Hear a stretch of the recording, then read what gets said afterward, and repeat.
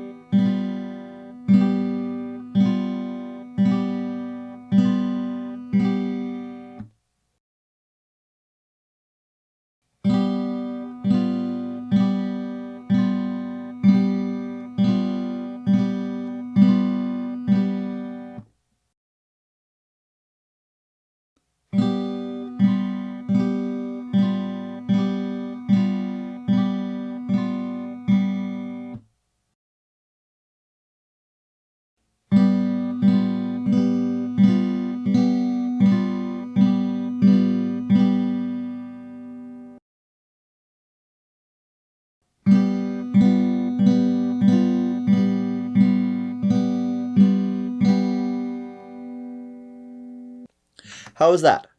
Hopefully you can see how that makes it much easier to get your speed up. I encourage you to do this for any exercises in the course that are too fast for you to play at the start. Watch me do the exercise, then pause the video and try it yourself at a slower tempo, and then slowly work your speed up to my speed, or somewhere around there with a metronome. This is one of the most valuable practice skills you can have. It's by far the best way to play things that are too fast to play right away. We'll do this in a few exercises for this section to get used to it.